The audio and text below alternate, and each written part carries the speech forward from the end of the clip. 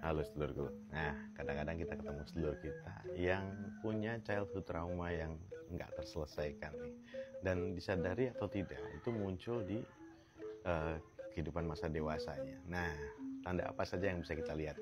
Yuk, kita bahas bareng. Nah, yang pertama adalah sedulur kita itu tidak mempunyai bayangan tentang masa depan, kadang-kadang seperti itu, dan dia hanya membayangkan dirinya hanya hidup di saat ini, dan besoknya mau ngapain, mau bagaimana, dia nggak punya bayangan untuk itu, dan kayaknya masa depannya itu ya kayak suram-suram aja gitu, kadang-kadang seperti itu ya sedulur kita yang punya childhood trauma. Nah, selanjutnya sedulur kita yang mempunyai childhood trauma atau inner child yang tersakiti atau bagaimana, biasanya dia seringkali minta maaf, entah kesalahan kecil ataupun dia sebenarnya nggak salah tapi tahu-tahu dia minta maaf. Nah, ada nggak ya seperti itu sedulur kita? Nah, kita bantu aja, jangan terlalu dipaksain ya. Kemudian, nah ketika dia punya pasangan atau ketika dia punya orang yang dikasih, dia akan sangat takut untuk diabaikan atau ditinggalkan.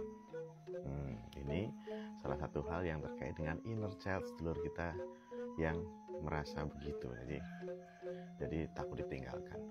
Dan ada juga nih sedulur kita pasti merasakan sendirian, kadang-kadang seperti itu. Nah, gak enak kan, kasihan kan, padahal orang di sekitarnya itu sangat care pada dia, itu sangat peduli ya, tapi dia merasa bahwa dia sendiri, lonely gitu, gak ada siapa-siapa, gak ada saudara, gak ada orang tua seperti itu, padahal semuanya teman-teman sedulurnya itu sangat care pada dia. Nah, dan malah ada yang justru sebaliknya nih. Sedulur kita yang punya childhood trauma, kadang-kadang dia punya yang namanya caretaker syndrome. Jadi ya dia merasa harus mengurusi semuanya, dia merasa bahwa ini harus gua beresin semuanya nih. Jadi akhirnya dia overwhelmed atau kewalahan dengan situasinya, padahal segala sesuatu tidak harus dia urusin. Jadi overtaker gitulah. Jadi sangat-sangat ya memang peduli sih, bagus sih, tapi itu harusnya tidak selalu dia begitu, tidak harus semuanya dia ngurusin orang di sekitarnya gitu. Nah, yang selanjutnya nih, kadang-kadang sedulur kita yang menderita ada childhood trauma, inner child yang terganggu atau bagaimana, dia seringkali merasakan bahwa dia tuh masih terlalu muda, atau mungkin dia merasa udah ketuaan seperti itu. Jadi kayak age swinging, jadi seperti itu. Nah, jadi merasa ada sesuatu yang berjarak tentang umurnya. Jadi harusnya dia masih remaja atau masih dewasa muda, jadi dia merasa bahwa dia masih anak-anak.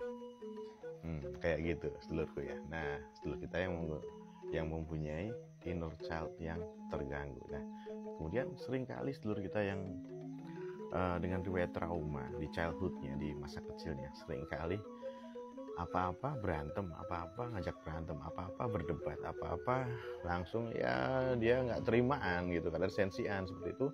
Dan seringkali dia ngajak berantem teman-teman yang sekitarnya, sedulur yang sekitarnya, meskipun masalahnya kecil atau menyinggung sesuatu yang terkait trigger trauma di masa kecilnya gitu sedulurku ya. Nah, gak enak kan? Ayo kita bantu sedulur kita itu. Nah, kemudian seringkali sedulur kita yang menderita ada trauma di masa kecilnya, seringkali jadi peragu. Nah, meragukan pasangan, meragukan apapun, meragukan orang ini tulus apa enggak, kayak gitu ya. Seringkali seperti itu munculnya nih. Nah, ada nggak yang seperti itu? Nggak apa-apa, kita bantu aja ya. Jadi merasa seringkali ragu, gitu ya. Dan kemudian dalam kondisi yang seperti itu tadi kita ceritakan tadi, entah dia peragu, gampang berantem, terus kemudian merasa sendiri, lonely, terus kemudian juga ya berbagai macam ketakutan yang dia rasakan. Nah, seringkali membuat kita yang ada di sekitarnya merasa nggak nyaman, nggak enak ya. Tapi it's okay, kita ngertiin saja bahwa dia mempunyai childhood trauma yang tidak terselesaikan. Nah, ayo, apa yang bisa kita lakukan? Kita bantu. Nah, seandainya kita tidak bisa ngomong atau tidak bisa mengassist dia dengan baik supaya, dan kita ngertiin dia, alangkah baiknya kita ajak ke dokter, ke psikiater atau ke psikolog klinis untuk membantu untuk merilis childhood traumanya. Nah gitu ya sedulurku ya. Ayo kita bantu sedulur-sedulur kita yang mempunyai inner child yang ya sedikit terganggu, atau kemudian ada childhood trauma yang triggernya bisa macam-macam. Oke sedulurku, tetap waras dan gaspol. Sehat selalu. Ngopi habis.